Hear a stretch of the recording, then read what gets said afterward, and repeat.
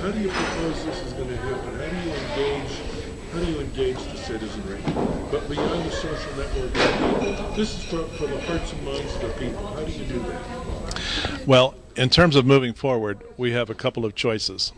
One is a grassroots approach, which is a mass movement effort in similar fashion to the way AARP has managed their agenda, or the Taxed Enough Already Party has managed their agenda. Grassroots people, when they get it, they can get organized very quickly and move forward. The other approach is to rely on the elites of society to do what's in everybody's best interest.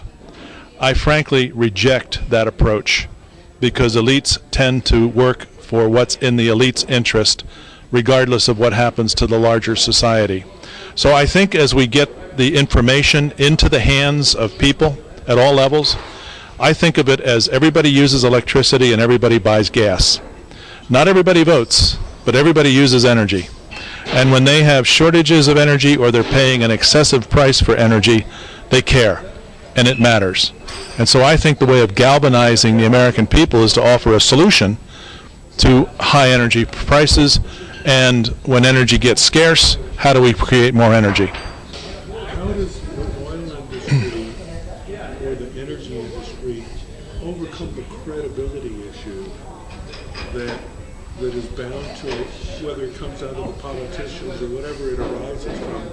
How do you get the American public to believe the industry's needs and accept the industry's needs?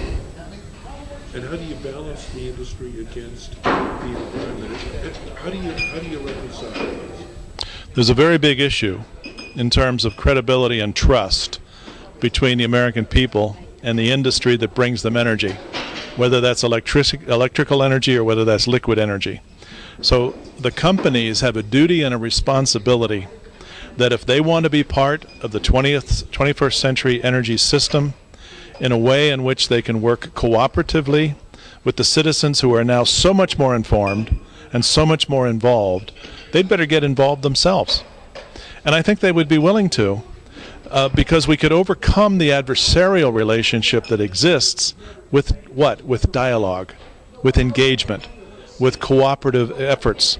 And in a state like Texas, I think there's a pretty good model in a state like Texas for how the industry and society works pretty well together, or Louisiana. It's in some states that are energy poor or energy scarce where the greatest hostility exists, but yet everybody needs energy. So I think the energy companies have a duty and a responsibility to get out there. And whether it's through their website or whether it's through personal appearances, they have to be more open, they have to be more transparent, and more engaging with the public. And do you think that, you obviously think that's possible? If they see a tidal wave of public interest coming their way, and they start getting requests for engagement from Citizens for Affordable Energy chapters all over the country, they're going to have to respond, because they can't not respond. These are the people that buy their products. These are the people that care. These are the people that could, be influential in setting the public policy going forward by who they choose to represent them. So there would be a compatibility of interest which hasn't existed before. When you talked about the design life cycle of the various plants, or the nuclear or coal or whatever, why are they designed in a 40-year cycle? Why can't they be designed for a longer lifespan? The reality is metal wears out. Equipment wears out. Steel's not designed to last forever. Pipes, valves, pumps, circulating systems. And while these systems can be refreshed and maintained, which they are, there is also the fact that technology improves. And there comes a point at which the aging facility is no longer economic. Even though it's been depreciated, it requires so much rejuvenation, so much recapitalization of an old facility, still using old technology, that it just makes more economic sense to replace it with advances in technology and with new equipment and new metal, basically. One of the questions about the hydrogen economy, it was my understanding understanding is that most of the hydrogen would come from natural gas. Do we have enough natural gas to develop a hydrogen economy? In the first instance, yes, there's enough natural gas, enough methane to produce all the hydrogen we would need for the foreseeable future, because the fleet of hydrogen vehicles would start small. If you look at this over a 10, 20, 30-year period, you begin with methane, then you progress perhaps to coal, where you could make hydrogen from coal, but ultimately your end game is to use water to make hydrogen.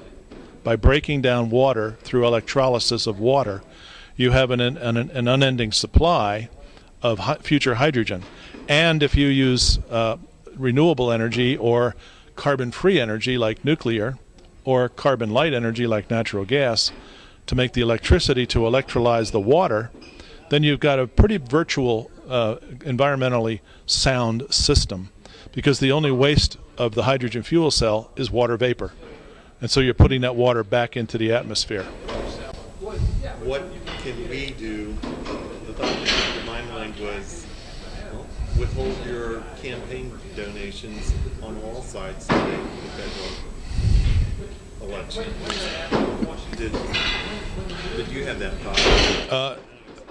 I don't express it because I don't want to tell people what to do, but I do, in fact, currently withhold my campaign contributions, because I don't think politicians are deserving of a contribution without solving problems. I don't see them solving problems. I see them perpetuating problems.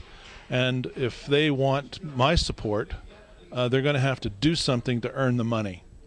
It doesn't just come instantly. And so, and with respect to the future of energy, both Republican and Democratic candidates have really failed for a long time.